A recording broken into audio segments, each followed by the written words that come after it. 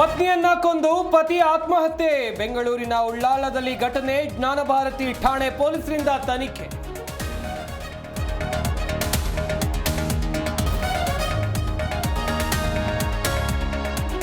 ಉದ್ಯಮಿ ಮನೆಯಲ್ಲಿ ಲಕ್ಷಾಂತರ ಹಣ ಕಳವು. ದಸರಾ ನೋಡಲು ಮೈಸೂರಿಗೆ ತೆರಳಿದಾಗ ಘಟನೆ. ಗುಂಡ್ಲುಪೇಟೆ ಠಾಣಾ ವ್ಯಾಪ್ತಿಯಲ್ಲಿ ನಡೆದಿರುವ ಘಟನೆ.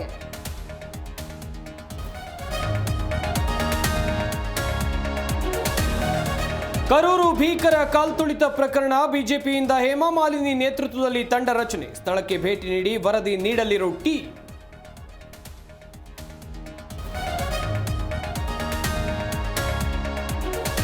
ತಿಮರೋಡಿ ಗಡಿಪಾರು ಆದೇಶ ಹಿನ್ನೆಲೆ ಆದೇಶ ರದ್ದು ಕೋರಿ ಹೈಕೋರ್ಟ್ಗೆ ಅರ್ಜಿ. ಸ್ಥಳೀಯ ಆಡಳಿತದ ಆದೇಶ ಪ್ರಶ್ನಿಸಿ ಅರ್ಜಿ.